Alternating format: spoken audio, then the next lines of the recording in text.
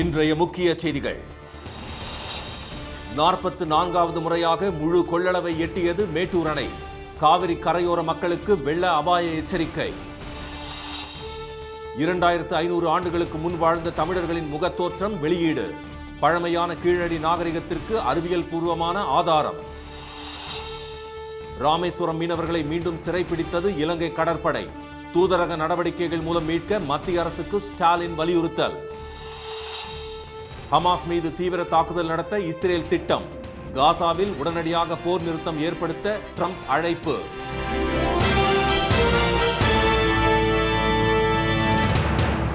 வணக்கம். வணக்கம். காவிரி டெல்டா மக்களின் உயிர் நாடியான மேட்டூர் அணை முழு கொள்ளளவை எட்டியுள்ளதால் விவசாயிகள் மகிழ்ச்சியடைந்துள்ளனர். கர்நாடகாவின் காவிரி நீர்பிடிப்பு பகுதிகளிலும் கேரளாவின் வயநாடு உள்ளிட்ட இடங்களிலும் தொடர் மழை பெய்து வருகிறது. இதன் காரணமாக கர்நாடகாவில் உள்ள கிருஷ்ணராஜசாகர் மற்றும் கபினி அணைகள் நிரம்பின. இதையடுத்து பாதுகாப்பு கருதி இரு அணைகளில் இருந்தும் உபரி நீர் அதிக அளவில் திறக்கப்பட்டதை அடுத்து மேட்டூர் அணைக்கு நீர்வரத்து அதிகரித்தது. 1957ஆம் ஆண்டு மேட்டூர் அணை முதன்முறையாக ஜூன் மாதத்தில் முழு கொள்ளளவை எட்டிய நிலையில் 68 ஆண்டுகளுக்கு பிறகு இந்த ஆண்டும் ஜூன் மாதம் அணை நிரம்பி அணையின் மேல் பரப்பு ரம்யமாக காட்சியளிக்கிறது. அணை நிரம்பியதை அடுத்து காவிரி கரையோர மாவட்டங்களான ஈரோடு, நாமக்கல், கரூர், திருச்சி, அரியலூர், தஞ்சாவூர், திருவாரூர், மயிலாடுதுறை, நாகை மற்றும் கடலூர் மாவட்டங்களுக்கு வெள்ள அபாய எச்சரிக்கை விடுக்கப்பட்டுள்ளது. குமாரபாளையம், எடப்பாடி மற்றும் ஈரோட்டில் காவிரி கரை அருகே வசிப்பவர்கள் பாதுகாப்பான இடங்களுக்கு செல்லுமாறு அறிவுறுத்தப்பட்டுள்ளனர். மேட்டூர் அணையிலிருந்து தண்ணீர் திறந்துவிடப்பட்டுள்ளதால் கரையோரத்தில் வசிக்கும் பொதுமக்கள் அனைவரும் பாதுகாப்பான இடங்களுக்கு செல்லுமாறு கேட்டுக் கொள்ளப்படுகிறது. தங்களது உடைமைகளையும் கால்நடைகளையும் பாதுகாப்பான இடங்களுக்கு அப்புறப்படுத்தவும் கேட்டுக் கொள்ளப்படுகிறது. மேட்டூர் அணை கடந்த 250 நாட்களுக்கு மேலாக 100 அடிக்கு குறையாமல் இருந்து வந்தது. அணையிலிருந்து வினாடிக்கு 26,000 கன அடி நீர் பாசனத்திற்காக வெளியேற்றப்பட்டு வந்த நிலையில் தற்போது உபரி நீர் முழுவதுமாக வெளியேற்றப்பட்டு வருகிறது. 3 மதகுகளில் பராமரிப்பு பணிகள் நடைபெற்று வருவதால் மற்ற 13 மதகுகள் வழியாக உபரி நீர் வெளியேற்றப்படுகிறது. கீழடியில் 2500 ஆண்டுகளுக்கு முன் வாழ்ந்த தமிழர்களின் முகத்தோற்றம் எப்படி இருந்தது என அறிவியல் பூர்வமாக வெளியிடப்பட்டுள்ளது. மதுரை அருகே கீழடியில் 2014ஆம் ஆண்டிலிருந்து தற்போது வரை 10 கட்டங்களாக அகழாய்வு பணிகள் நடைபெற்றுள்ளன. இதில் பழந்தமிழர்களின் நகர அமைப்பு, செங்கல்லால் கட்டப்பட்ட மூடிய வடிகால், உரை கிணறுகள், அணிகலன்கள், வேளாண் கருவிகள், மண்பாண்டங்கள் உள்ளிட்டவை கண்டெடுக்கப்பட்டன. இதன் மூலம் கீழடி நாகரிகம் 2500 ஆண்டுகளுக்கு முற்பட்டது என்பது உறுதி செய்யப்பட்டுள்ளது. கொந்தகையில் நடந்த அகழாய்வில் கண்டெடுக்கப்பட்ட முதுமக்கள் தாழிகளில் இருந்த மண்டை ஓடுகள் மற்றும் எலும்புகள் மரபணு சோதனைக்கு உட்படுத்தப்பட்டன. கீழடியில் கிடைத்த 2 மனித மண்டை ஓடுகளை கொண்டு பண்டைய மனிதர்களின் முகத்தை உருவாக்கும் பணியில் மதுரை காமராஜர் பல்கலைக்கழகமும் பிரிட்டனின் லிவர்பூல் ஜான் மூர்ஸ் பல்கலைக்கழகமும் ஈடுபட்டன. முகத்தின் மேற்பகுதி அங்கு கிடைத்த தொன்மங்களின் அடிப்படையிலும் தாடை போன்ற பகுதிகள் தொழில்நுட்ப உதவியுடனும் வடிவமைக்கப்பட்டன. தற்போதைய தென்னிந்தியர்களின் படங்கள் மற்றும் மருத்துவ தரவுகளை கொண்டு தோல், கண்கள், முடி போன்றவற்றின் நிறமும் அமைப்பும் உருவாக்கப்பட்டதாக இங்கிலாந்து பல்கலைக்கழகம் தெரிவித்துள்ளது. இதன் மூலம் கீழடியில் வாழ்ந்த தமிழர்கள் குறித்து அறிவியல் பூர்வமாக நிரூபணமாகியுள்ளதாக மதுரை பல்கலைக்கழக மரபணுத்துறை தலைவர் திரு குமரேசன் தெரிவித்தார். 80% அந்த ஸ்கல்லோட ஃபீச்சர்ஸ், அனட்டாமிக்கல் ஃபீச்சர்ஸ், கிரேனியல் ஃபீச்சர்ஸை வச்சுட்டு டெடியூஸ் பண்ணியிருக்குது. மீதி ரிமைனிங் 20% ஒரு மாடர்ன் டேட்டா பேஸஸை யூஸ் பண்ணி இந்த மாதிரி இருந்திருக்கலாம் அப்படின்னு சொல்லிட்டு அனுமானிச்சிருக்குது. ஸோ கிட்டத்தட்ட 80% இந்த மாதிரி தோராயமாக இந்த மாதிரியான முகபாவனையோட மனிதர்கள் 2500 வருஷத்துக்கு முன்னாடி கீழடியில் இருந்திருக்காங்கங்கிறது நம்மளால் ஒரு டெடியூஸ் பண்ண முடியுது. கிடைத்துள்ள இந்த முகத்தோற்றம் மேற்கத்திய ஈரானிய வேட்டையாடிகள் உள்ளிட்ட 3 இனங்களுடன் பொருந்தி போவதாகவும் அதற்கான மரபணுக்கள் இருப்பது தெரிய வந்துள்ளதாகவும் திரு குமரேசன் கூறினார். இதுகுறித்து எக்ஸ் வலைதள பக்கத்தில் பதிவிட்டுள்ள முதலமைச்சர் திரு மு.க. ஸ்டாலின், சங்க இலக்கியம், சொற்களால் வடித்த வாழ்வியல் எல்லாம் கீழடியில் அறிவியல் வழி நிறுவப்பட்ட சான்றாகியுள்ளதாக பெருமிதம் தெரிவித்துள்ளார். இலங்கை கடற்படையினர் கைது செய்துள்ள தமிழக மீனவர்கள் 8 பேரை மீட்க தூதரக நடவடிக்கைகளை மேற்கொள்ளுமாறு மத்திய அரசை முதலமைச்சர் திரு மு.க. ஸ்டாலின் வலியுறுத்தியுள்ளார். வங்கக்கடலில் மீன்பிடிக்க விதிக்கப்பட்டிருந்த 2 மாத தடைக்காலம் கடந்த 15ஆம் தேதியுடன் முடிவடைந்ததை அடுத்து தமிழக மீனவர்கள் கடலுக்கு சென்று வருகின்றனர். இந்நிலையில் ராமேஸ்வரத்தில் இருந்து ஒரு விசைப்படகில் கடலுக்கு சென்ற மீனவர்கள் 8 பேர் தனுஷ்கோடி தலைமன்னார் இடையே இன்று அதிகாலை மீன்பிடித்துக் கொண்டிருந்தனர். அப்போது அங்கு வந்த இலங்கை கடற்படையினர் எல்லை தாண்டி மீன் பிடித்ததாக அவர்களை கைது செய்து தலைமன்னார் கடற்படை முகாமிற்கு அழைத்துச் சென்றனர். அரசாங்கம் உடனடியாக இலங்கை அரசாங்கத்தை நிர்பந்தப்படுத்தி இலங்கையில நல்ல நிலையில் இருக்க படகுகளை பூரா விடுதலை செஞ்சு கொடுங்க. இலங்கை சிறையில் ஆண்டு கணக்கில் சித்திரவதை அனுபவிச்சுக்கிட்டு இருக்கிற அந்த அப்பாவி மீனவர்களை விடுதலை செய்து கொடுங்க. பல லட்சம் ரூபாய் செலவு செஞ்சு கடலுக்கு போன போட்டு ஒரு அன்னைக்கு லட்சக்கணக்கில் மேலும் கடனாளியா இருக்கான். மீனவர் பிரச்சனையில் நிரந்தர தீர்வு காண மத்திய மாநில அரசுகள் நடவடிக்கை எடுக்க வேண்டும் என்றும் மீனவ அமைப்புகள் வலியுறுத்தி வரும் நிலையில் இலங்கை கடற்படையினரின் தொடர் அட்டூழியம் மீனவ மக்களிடையே கொந்தளிப்பை ஏற்படுத்தியுள்ளது. இந்நிலையில் கைது செய்யப்பட்ட 8 மீனவர்களையும் விடுவிக்க நடவடிக்கை எடுக்குமாறு வெளியுறவு அமைச்சர் திரு ஜெய்சங்கருக்கு கடிதம் எழுதியுள்ள திரு ஸ்டாலின், இத்தகைய கைது நடவடிக்கைகள் மீனவர்களுக்கும் அவர்களது குடும்பத்தினருக்கும் பெரும் மன உளைச்சலை ஏற்படுத்துவதாக குறிப்பிட்டுள்ளார். தடைக்காலம் முடிந்து நம்பிக்கையுடன் கடலுக்கு சென்றவர்கள் சிறைப்பிடிக்கப்பட்டிருப்பதை ஏற்க முடியாது என்று அவர் தெரிவித்துள்ளார். மீன் பிடித்தல் தொடர்பான பிரச்சினைகளை கையாள்வதில் கட்டுப்பாடு மற்றும் பரஸ்பர புரிதலை உறுதி செய்ய இலங்கை அதிகாரிகளுடன் தூதரக நடவடிக்கைகளை மத்திய அரசு முன்னெடுக்க வேண்டும் என்றும் திரு ஸ்டாலின் வலியுறுத்தியுள்ளார். காசாவின் வடபகுதியில் தீவிர தாக்குதல் நடத்துவதற்காக மக்கள் வெளியேறுமாறு இஸ்ரேல் உத்தரவிட்டுள்ள நிலையில் ஹமாஸுடன் உடனடியாக போர் நிறுத்தம் செய்யுமாறு அமெரிக்க அதிபர் ட்ரம்ப் வலியுறுத்தியுள்ளார். 2023ஆம் ஆண்டு இஸ்ரேலில் ஊடுருவி ஹமாஸ் இயக்கத்தினர் தாக்குதல் நடத்தியதைத் தொடர்ந்து இரு தரப்புக்கும் இடையே போர் மூண்டது. எகிப்து, கத்தார், அமெரிக்கா உள்ளிட்ட நாடுகளின் தலையீட்டால் கடந்த ஜனவரி 19ஆம் தேதி போர் நிறுத்தம் அமலுக்கு வந்தாலும் மார்ச் 18ஆம் தேதி இஸ்ரேல் மீண்டும் தாக்குதலை தொடங்கியது. இஸ்ரேலின் தாக்குதலில் காசாவில் இதுவரை 56,412 பேர் பலியான நிலையில் 1,33,000 பேர் படுகாயமடைந்துள்ளனர். சுமார் 7 லட்சம் பேர் புலம்பெயர்ந்து அகதிகளாக உள்ளனர். இஸ்ரேலின் தொடர் தாக்குதல்களால் மருத்துவமனைகளில் சிகிச்சை பெற முடியாத நிலை ஏற்பட்டுள்ளதுடன் உதவிப் பொருட்கள் தடுக்கப்படுவதால் பாலஸ்தீன மக்கள் பட்டினி கிடக்கவும் நேரிட்டுள்ளது. அண்மையில் ஈரானுடன் மோதிய இஸ்ரேல் போர் நிறுத்தம் ஏற்பட்டதை தொடர்ந்து காசா பகுதியில் தாக்குதலை தீவிரப்படுத்தியுள்ளது. ஹமாஸ் இயக்கத்தினரை அழிக்க வசதியாக பொதுமக்கள் அனைவரும் காசாவில் இருந்து வெளியேற வேண்டும் என இஸ்ரேல் ராணுவம் இன்று உத்தரவிட்டது. ஆனால் ட்ரம்ப் தமது வலைதள பதிவில் உடனடியாக காசாவில் போர் நிறுத்தம் ஏற்படுத்தி ஹமாஸ் வசமுள்ள பிணை கைதிகளை மீட்க வேண்டும் என வலியுறுத்தியுள்ளார். அதே நேரம் பேச்சுவார்த்தைக்கு தயாராக இருப்பதாக தெரிவித்துள்ள ஹமாஸ் இயக்கம் போர் நிறுத்தம் என்பது போருக்கு நிரந்தர முடிவு கட்டுவதாக இருக்க வேண்டும் என்றும் காசாவில் இருந்து படைகளை இஸ்ரேல் திரும்பப் பெற வேண்டும் என்றும் கூறியுள்ளது. இதனிடையே இஸ்ரேலுடன் போர் நிறுத்தம் ஏற்பட்ட கடைசி கட்டத்தில் டெஹ்ரானில் உள்ள எவின் சிறை மீது அந்நாட்டு போர் விமானங்கள் நடத்திய தாக்குதலில் 71 பேர் கொல்லப்பட்டதாக ஈரான் தெரிவித்துள்ளது. அரசியல் கைதிகள் அடைத்து வைக்கப்படும் இந்த முக்கிய சிறை மீது நடத்தப்பட்ட தாக்குதலில் அலுவலர்கள், கைதிகளை பார்க்க வந்த குடும்பத்தினர் உள்ளிட்டோர் பலியாகினர். சிறை முற்றிலும் சேதமடைந்ததால் கைதிகள் வேறு சிறைகளுக்கு மாற்றப்பட்டுள்ளதாக ஈரான் அதிகாரிகள் தெரிவித்தனர்.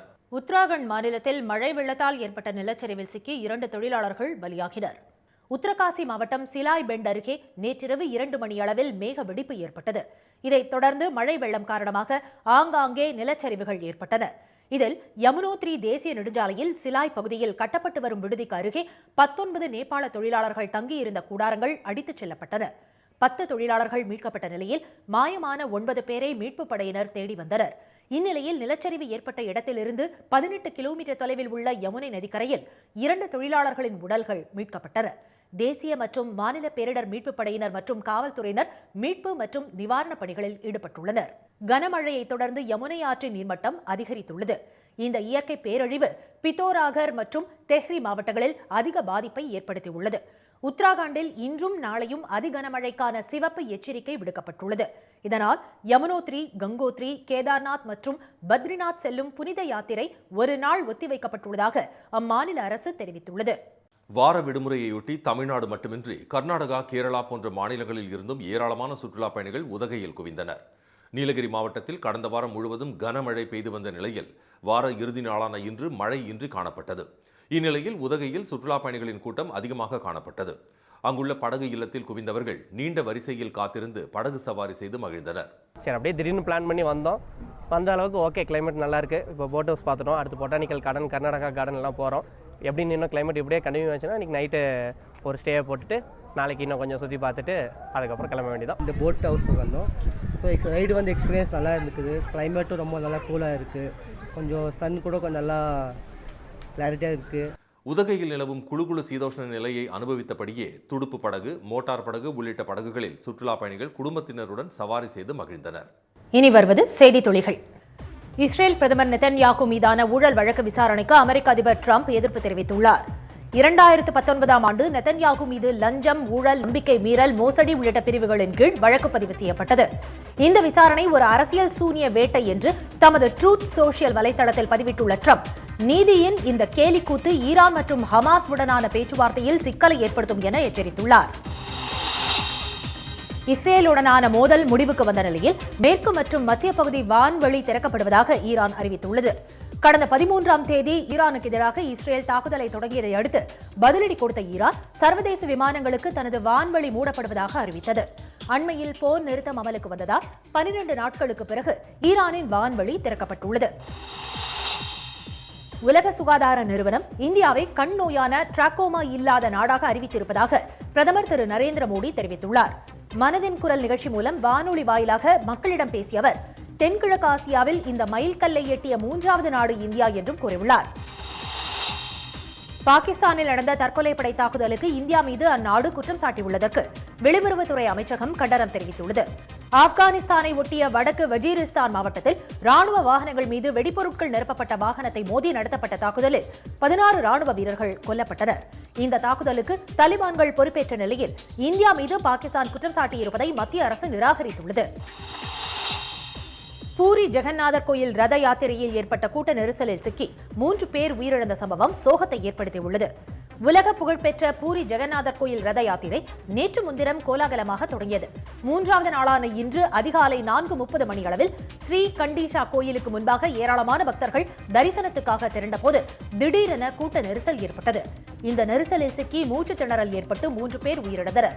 காயமடைந்த 50 பேர் மருத்துவமனைகளில் சேர்க்கப்பட்டுள்ளனர். தமிழகத்தில் வீட்டு மின் இணைப்புகளுக்கு எந்தவித மின் கட்டண உயர்வும் கிடையாது என்று மின்துறை அமைச்சர் திரு சிவசங்கர் தெரிவித்துள்ளார். அனைத்து இலவச மின்சார சலுகைகளும் தொடரும் என கூறியுள்ளவர் மின் கட்டண உயர்வு குறித்த தேவையற்ற வதந்திகளை நம்ப வேண்டாம் என்று கேட்டுக் கொண்டுள்ளார்.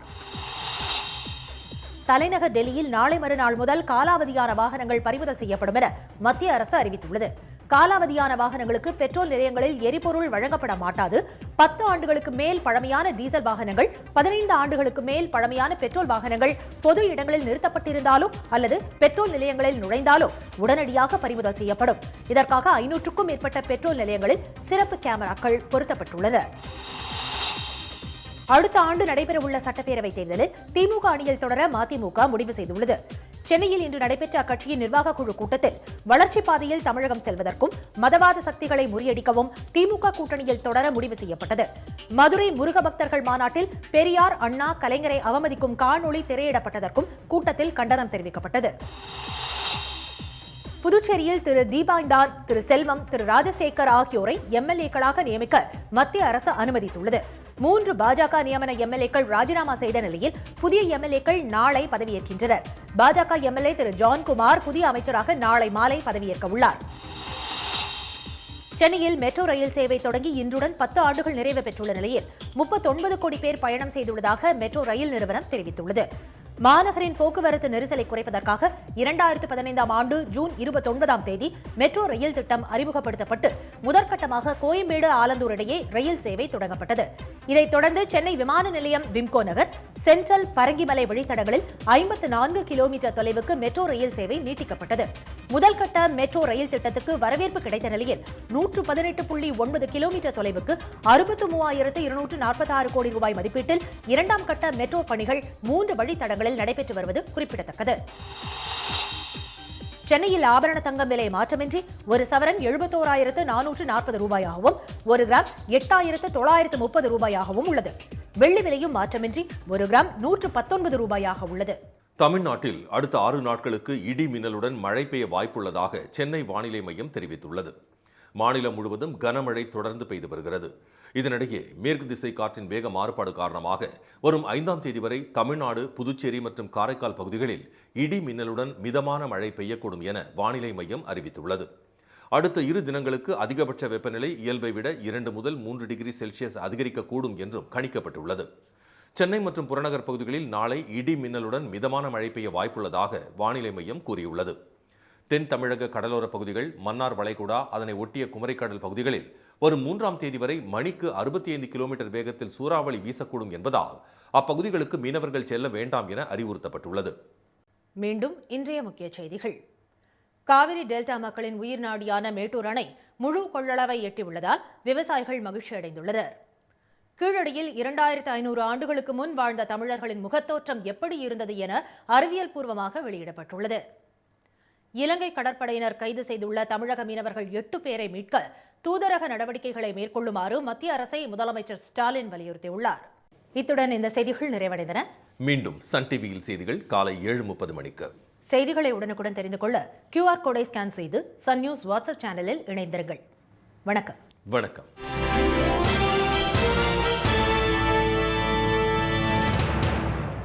உடனுக்குடன் செய்திகளை தெரிந்து கொள்ள சன் நியூஸ் பெல் ஐகானை கிளிக் பண்ணுங்க.